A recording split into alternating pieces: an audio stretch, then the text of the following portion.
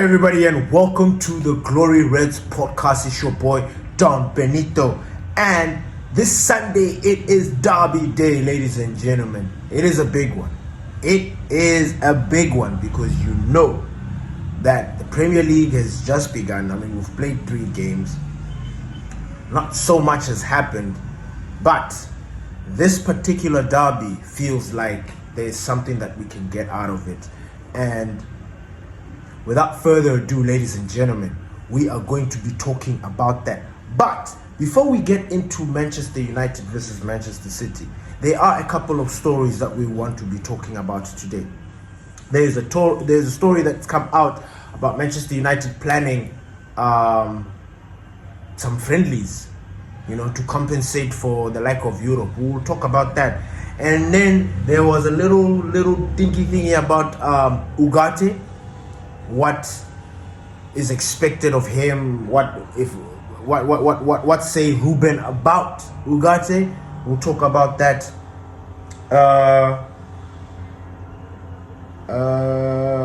Lamens stories coming out that he might just start the game, be number 1. Hey, what are we gonna be anyway? We'll talk about that. And then there's also a story about Terrell Malacia. It's so strange that we came across this, and for the love of only you guys will know and God will know that. Look, when we signed Terrell Malacia, we didn't think that he would be in this journey that he's going in, to a point where there is no team that is out there looking for him. This is wild. And we thought that this guy had something, like he was going to be our next Patrice Evra. So yeah, it's sad. There is a Turkish team that was in for him. It is called, these Turkish teams, the names, you need to get it right. Like with Onana there was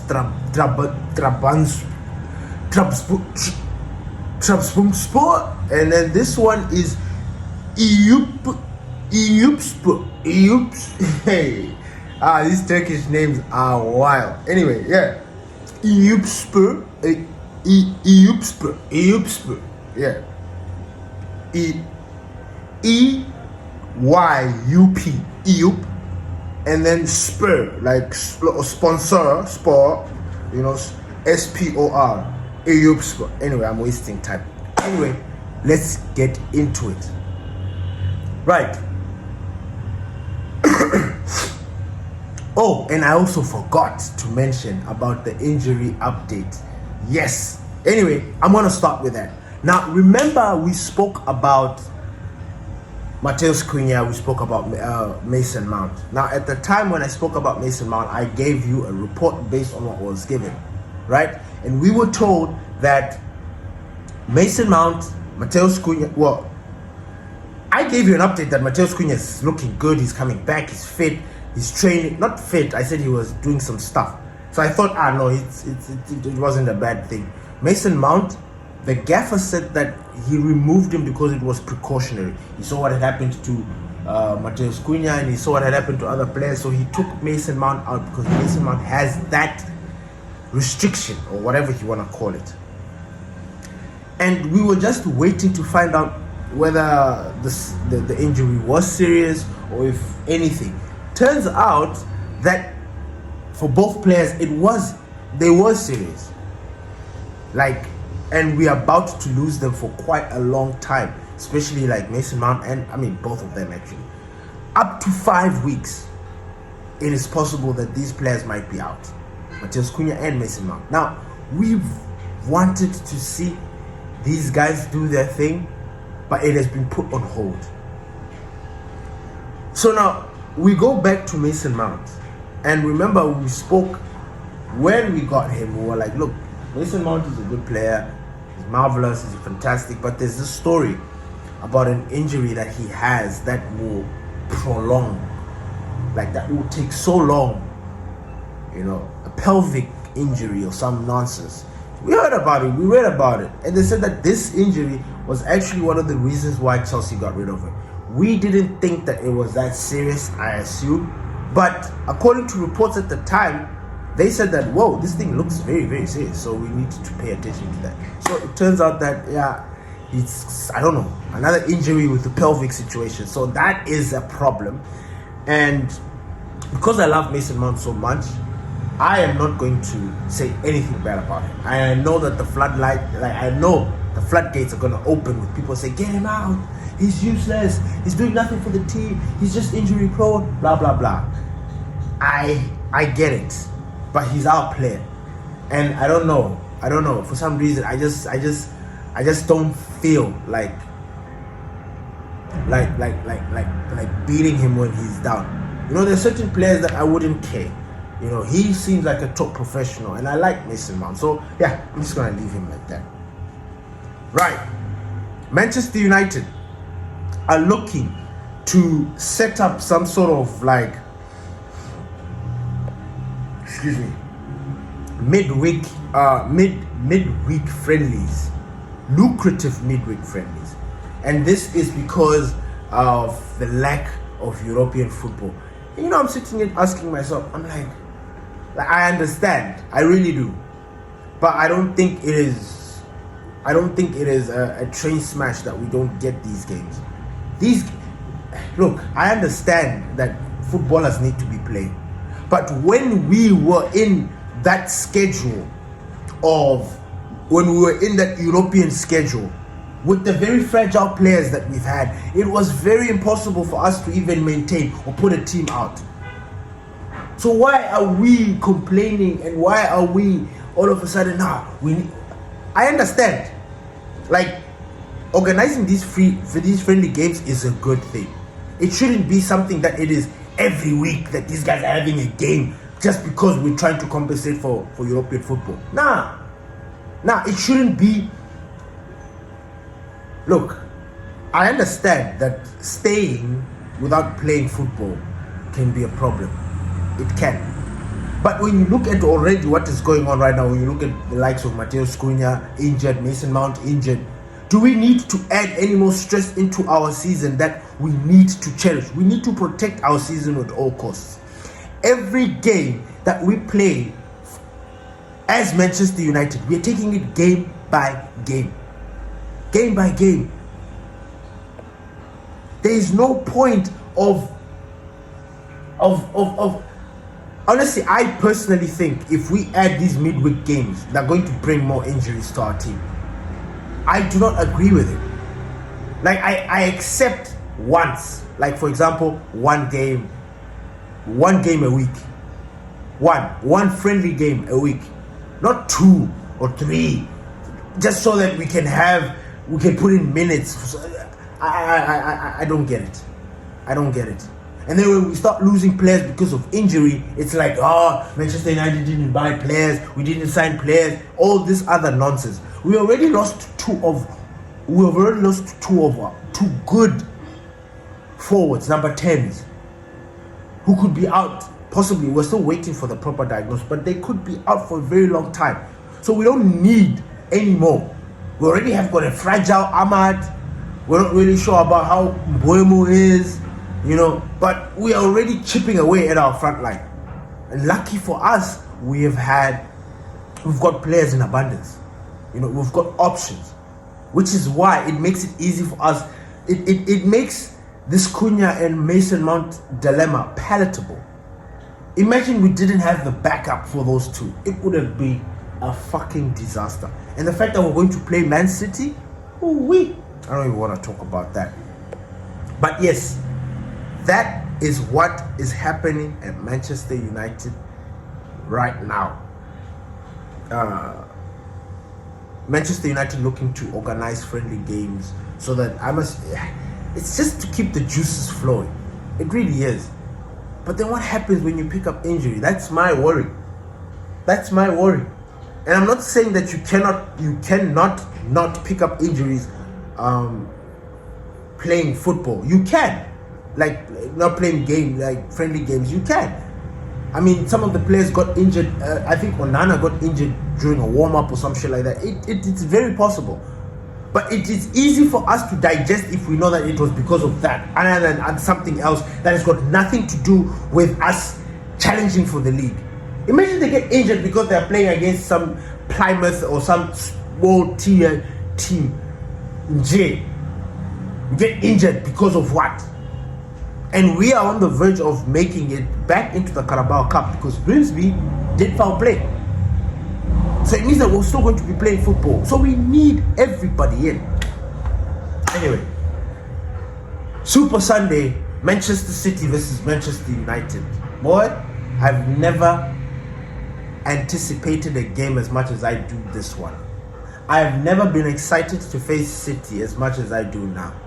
And this is not to say that City are bad. No, I'm just happy about my team. I'm confident in my team. I'm confident in my gaffer. I'm confident in my skipper, in our new strikers, in our new number 10, Brian Mbeumo, because I would say Cunha, but Cunha's injured, you know what I'm saying? I'm pumped up for Euro, Delict, Shaw. Like I can't wait to see Delict manhandle Haaland. I can't wait to see Euro manhandle Haaland. I can't wait to see. Now the only issue now is like now in the midfield. But Man City's midfield is not that scary. They've got Nico, they've got Tijani, and either Bernardo Silva or Phil Foden or Rodri. There is a mix that they can do. That already tells you that Man City is unsettled, which is why I want to play them. Rodri just came back from injury. I don't know how fit he is, but he's slowly being brought into the fray and into the team. He will definitely play against us. I don't know if he's good. I don't know if he's strong, if he's back to full fitness. I don't know. He didn't play for Spain. I assume it is.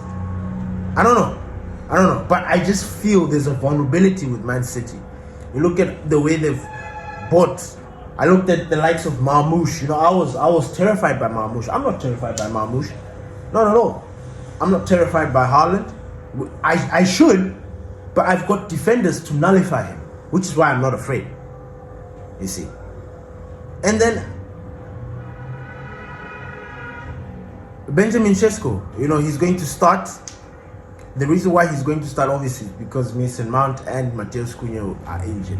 Now, when I picked my squad, the initial squad, the first squad that I picked, and I think I picked it just after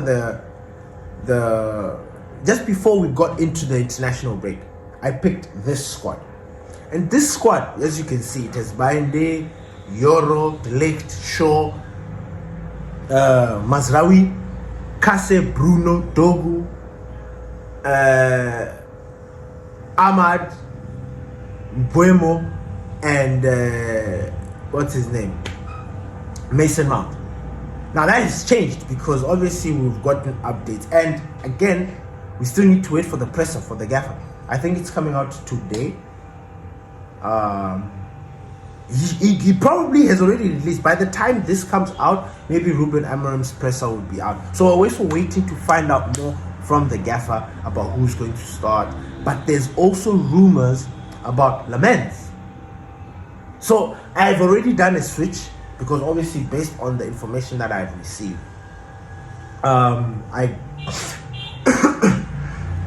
based on the information I received, I decided to change my team. And reports that Lamens, yes, they've been saying that, look, there's no one that is cemented to take the number 1 position. I'm probably making a mistake putting Lamens there because he's new.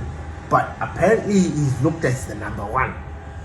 And I think they're looking at him and they're like, look, he's old enough, he will start. Let him. And I agree. If we're bringing the goalkeeper to be the goalkeeper for the future, we might as well just go in through the baptism of fire. Play against City. If we get beaten, it's fine. But at least he's gotten that experience. No, it's not fine. I lie. It is not fine. If we get beat, it is not fine. Because this City, we can take them on. This City can be beaten. This City is so vulnerable. We can actually smash them 3. When I look at the Arsenal, the team that we play, I think it's much stronger than this Man City team. And if we bring the same energy that we brought against that Arsenal, that first day, that opener, we will beat this Man City. But if we go there being like, senpai, oh, respect, oh, boss, hey, Man City, oh, Haaland, the Viking, boss, hey, chief, they will smack us. They will smack us. They will beat us left, right, and they will not even play. And we'll be there thinking, wondering to ourselves, it's because we gave them the power. Every time we've played City, and City have absolutely come at us, when you look at our response, it has always been a timid response. But whenever we tell Man City, hey, fuck off, we are coming after you, they never know what to do. It's almost like, who are these guys? Are these the champions of England or what? It's crazy. It's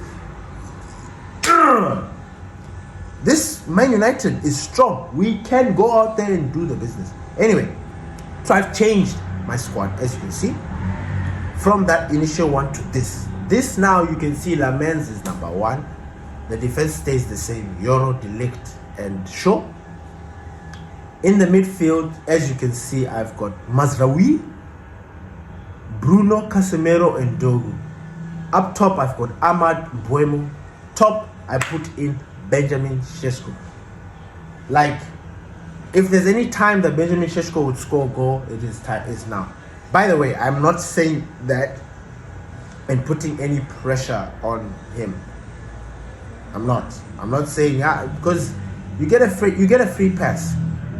It's what you do with your free pass. Rasmus Højlund was given 2 free passes, maybe 3 you could say, but he was given the free pass to do as he pleases. Do it, just do something. So with me, I'm not even going to play too much, but I am worried, I am concerned. If he doesn't start getting into his goal scoring thingy, it's gonna be like, we bought a flop, hey, that's why Arsenal didn't go for him, that's why they didn't buy him. There's just going to be a lot of meh, which I don't want. Benjamin Sesko is a very good striker, and personally I think he's an upgrade to Rasmus Højlund. I really, really do. It's just that it's taking time for him to get going. It's taking time for him to kickstart his career at Manchester United. But this is how the team will look. Tell me what you guys think about the squad. Do you think it is conservative? Do you think it is enough? I put Mazraoui there because, guys, Mazraoui is the best signing Manchester United has made in, I don't know, when you look pound for pound, whatever metric you want to give it, Mazraoui is the best signing we've had, like we've done apart from Euro. I need to mention that apart from Euro, Mazraoui is the best signing we've made. The best. He is so versatile. He is. I'm excited for him to be back because, one thing that we've been lacking, and unfortunately, as you can see in my team, that I've got Dogu. I told you guys that I'm done with Dogu, but I have him there. There's nothing I can do. He's a Manchester United player. I already told you my fantasy thinking. If Licha is back, I will do it like this. But he's not back. Luke Shaw is there. So Luke Shaw takes that job, that spot. Dogu and Dalot will duke out that position. I don't want to see Mazraoui get... Mazraoui will be substituted and moving into the fasting period also as well. So it's going to be tricky. But Mazraoui being in our team is huge for us. He's intelligent. And I know it will be like, but we've got intelligent players. Yeah, but somehow we've been fucking up, especially in our wings.